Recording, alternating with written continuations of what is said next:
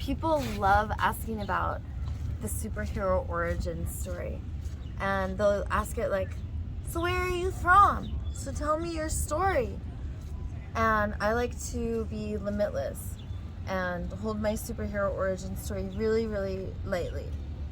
So I've never really heard the Perfect Prince's superhero origin story, because we're so similar that he never really asks me either. And when I met the Perfect Prince, he was very domesticated. And what happened was he picked me up at my yoga studio, and we went to Earth Cafe, and then we hung out every single night after that. And except he went to Mammoth with his brother and nephew for 5 days. But besides that, we were together every day. So I had my spot over at the shelter by the beach, and I was going to lose my bed because I was never there. I was always with the prince. So the prince and I experienced like a recognition, and I believe that primates are wired to be like very poly and to have many lovers and to not do the thing where you break up. So when I met the prince, it was sort of like a recognition, because I do believe that there are kind of like these scarlet macaws, where they're humans who are not so much like the primates where they have many partners, but they'll recognize like their bonded pair, and then they'll bond with them, and they want to do everything together. And there's all different, like, we all know that gender and the way that we love is personal to us. So the way the prince and I loved was very different, I guess is what I'm trying to say. And he was wired for monogamy. I was wired to be open and non-attached. I didn't even identify as poly because I don't have any labels. But when I met him, like, I started to not only neglect my place of residence, but I neglected all my kings. And none of my kings were getting any attention from me. And because I didn't want to break up with them or ghost them, you know, I had to, and then the prince at that time also was like, I want to be monogamous with me. So I sort of like changed my love style with the prince. And like I said, I don't know that much about him, but I recently found out, we met each other March 9th. I recently found out that this hunk right here has a famous dad just like me. And I don't know about his grandfather, but he's had like a very similar upbringing. And his parents divorced when he was the same age as me, when my parents divorced. And I guess I'll say the rest because I don't know that much about him. But he and I have sort of like melded our lives together. And I would watch this domesticated prince wake up at 4 or 5 in the morning, go to his job, and he was transforming people from having one body type to having an incredible body type, which was much more wonderful than the one previous. And he would help them with nutrition and like global body transformation. So he was working this job 6 hours a day, like crazy hours. And I would watch him leave, and I would think, he's no slave. Like, this isn't him. He's going somewhere he doesn't want to go. And I'm wild, and I have these realizations that we're meant to be in fellowship, we're meant to be together, we're meant to have interdependence, trust, and relationships, not market economy. We don't need trinkets and stuff when we have each other. We play, we don't need things. And the prince went through, like, if you look up twin flames, like, we resonate so much with that. I kind of already went through my dark night of the soul, which is where, like, all of the old stuff falls away. So he lost his job, like, and we started to work together. Immediately this person came into my world, our world, and wanted to make a website for us right when he lost his job. So we have healingartsdojo.org. We did not pay for that website, we call our friend the superhero. And his name is Anthony, but we call him Superhero. And he, just because he likes us and wants to be interdependent with us, which is what is supposed to happen in the world, you're not supposed to pay. He makes our website. He does everything for us. If we call him, we need an update, we need to know how to do stuff. Like, he's on it. And in turn, like, we have a friendship together. Now they're training together. Like, this was not planned ahead of time. They just started working out together, and he's already doing transformation. So our website happened, and he like took this leap of faith with me, and I basically was like, don't get another job, be wild with me. And at the time, he knew what I was doing here on the beach, and he knew that I wanted to like have our own water, get our own food, plant our own weed so that we share with everyone. And I asked this prince, I said, Prince, will you, I told him about this couple in Brazil where this like woman from somewhere else went with her husband from Brazil back to their country from Europe where she was from. And he discovered his whole town was, all the rainforest was cut down, and she looked at him, she goes, baby, let's plant it all back. And they did, millions and millions of trees. So I asked him, I told him this story, I said, baby, let's rainforest this beach.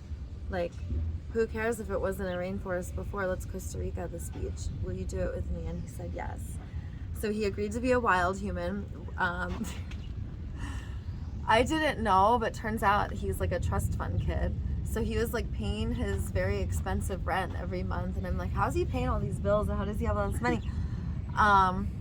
He'll tell you his story about that though. But basically, he took this leap of faith with me, and I'll let him tell you more because we've talked about my story, but I'm curious about your, I'm curious about your superhero origin story. So born in Connecticut. Born in Connecticut, in New Haven, on Yale New Haven Hospital.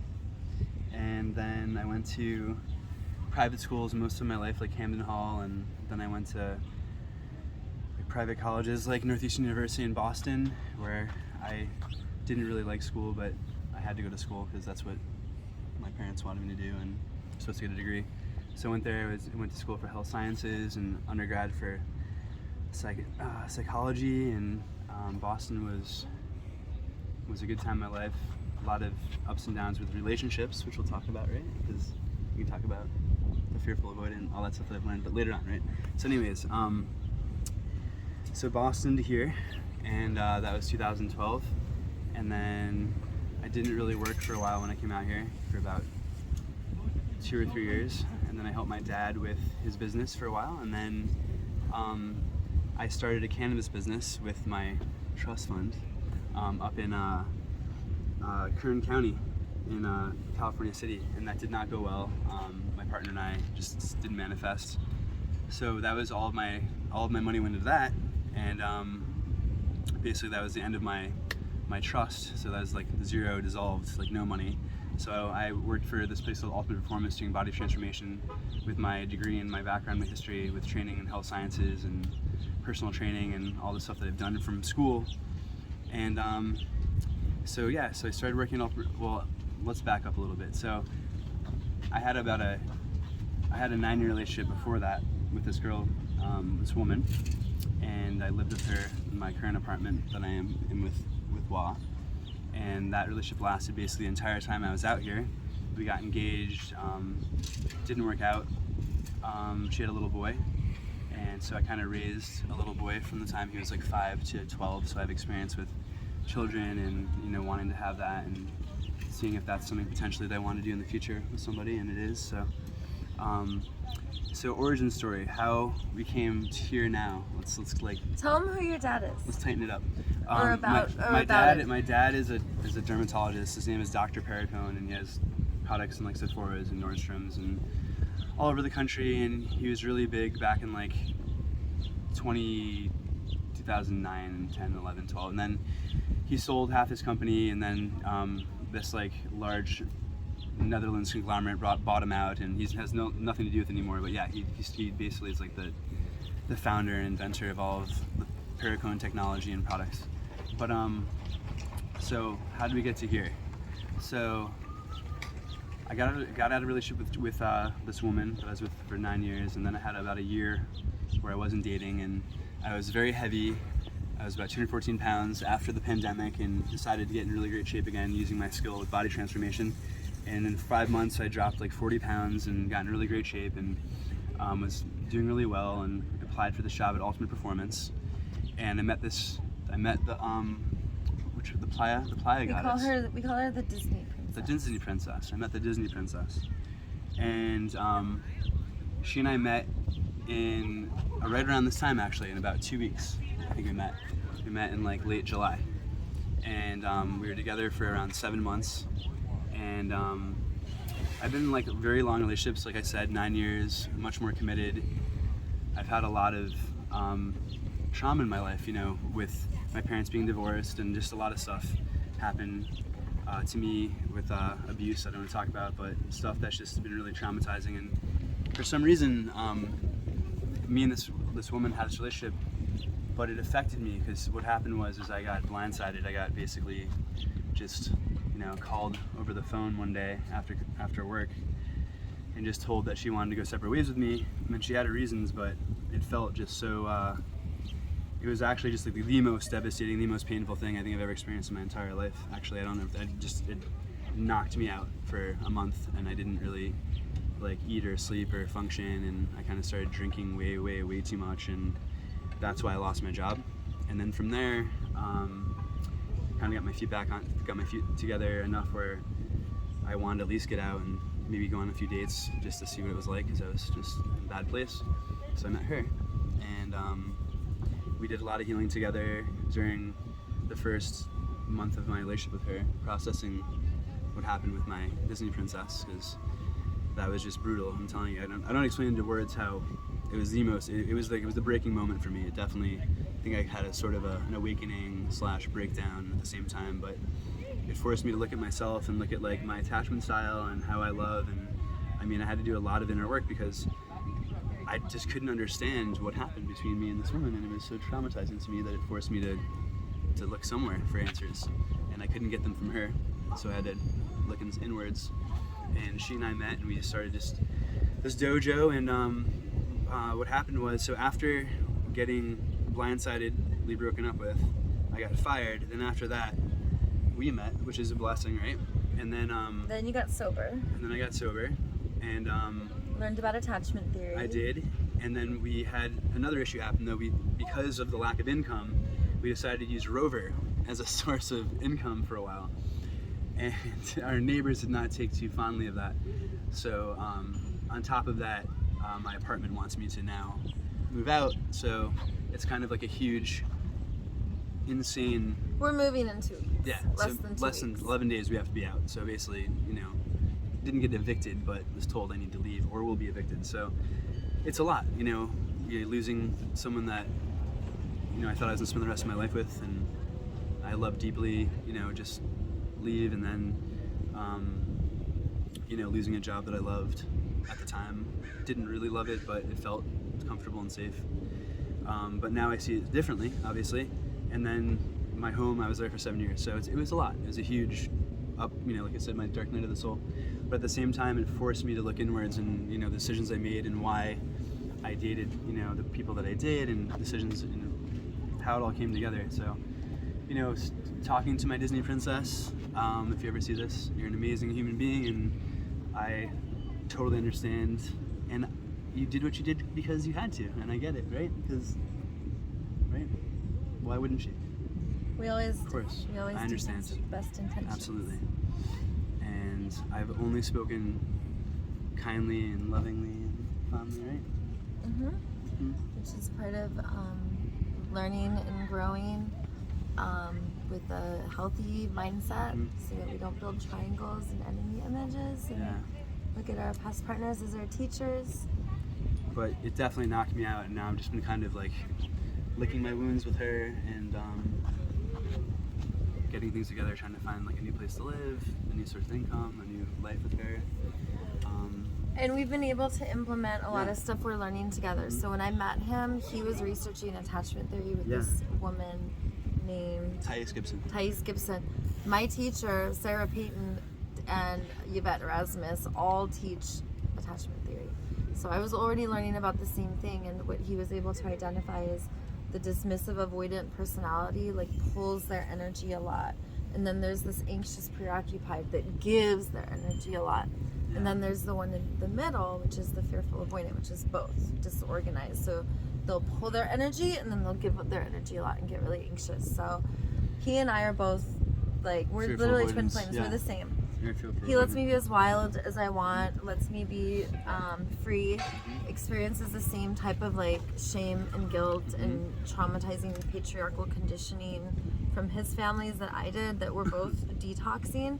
And what's cool is because we're both like, he has a background in, he was a Kundalini instructor. So he's a yogi too, and he's all about personal development. So like, we're able to literally do violence and anger and force together and wrestle like when we're angry, and it's amazing. Like our fights went from like we're literally having like super learning together because we're like debriefing, bringing empathy buddies in. Our trauma healing circles are about meeting empathy buddies and not paying professionals, but having community members come in and help, because we can't call our therapist at 3 a.m. when he wakes up and his brain is perseverating and he's going through all this stuff or whatever's happening. And for me, being with my partner Jeffrey, who like we're both working on ourselves, but some of the ways I'm able to be there for him, like others weren't there for me, so it ripples the healing where I'm being there for him, then I get to heal myself when people weren't there for me. And so we're kind of like, we're taking our relationship also on YouTube, and then we took our relationship to our trauma healing circles, and we literally like do our work in front of people so people can see, so people can watch us get creative and conscious and use emotional alchemy to make emotions into more life enriching energies. The actions are more life enriching. And we've been each other's rocks. Like we groom each other. When I brush my hair, do my grooming, or do my skin, I do his, and he does all the cooking, and I'm cleaning up after him, and we like kind of complete each other, but not in a codependent way, in an interdependent way, which is a constant language of just very, very simple two things. I feel, I want. I feel, I want. So Jeffrey has brought me, a very, very wild human, to be like a little more domesticated, but you're gonna see more of this cat. Like, he's gonna be coming and staying at the beach with me. We're gonna have the goddess temple. He's already like towing me around topless, and we're talking about getting like lots of women, where he can probably pull like 5 or 6 of us, like 600 to 700 pounds of goddesses he could pull. And that could be his cardio. An hour a day he pulls topless women around. So he's all about the crusades and the love crusades and being wild too, but I've also like come to meet him part way and been like toned certain things down, and I don't like do speeches and go topless and at like our local grocery store that we go to all the time, but I'm allowed to do it at other stores. That's right. And like places where I already run away from security guards and skateboard through the store and fist bump them, like at Whole Foods. He's okay with me doing it there. So where are you guys going to be moving to? See, that's 11 days. Yeah, that's right. You don't know. And to make the interview more interesting, he's a Casanova too. So we allow each other to flirt a lot. And I was conditioned because women swing like very sexual and very like, the only way to describe it is like, fuck yeah. When I think if they are like me, like most strippers were molested, and since I was a toddler, I had to question every touch from my male figures that were bringing me up. This prince here was such a Casanova. Like, there's all these stories. I know a lot about these stories because he tells, you know, because I start grinning ear to ear. My cheekbones get so high, so he keeps telling them story after story, and I know they're true because they're always the same, of women like abusing this poor prince, like telling him to go in the room and pretend to be asleep, because they find out he has this he's blessed with this ginormous member. So this prince, you know, even from a young age, we're just going to be very vague, was conditioned by, like, some women were adult women and young boy. So you could call it like sexual abuse in the world, but because, like, I didn't like it, like my skin would crawl, but this prince here was making grown women come, and he liked that.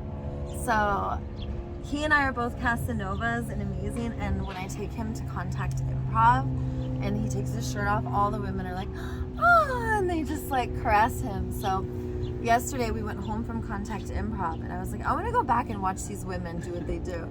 And sure enough, like, he walked in and 3 women surrounded him, and it's the Casanova energy. Like there's so many hot people on this beach, but to have that charisma and that passion and that, like, pizzazz and that little twinkle in your eye and torque in your touch, you know, takes some early childhood conditioning. So he is an interesting prince indeed. He did not reveal that much today. I didn't. So I'm still curious. Let's read to find out. I'm very curious.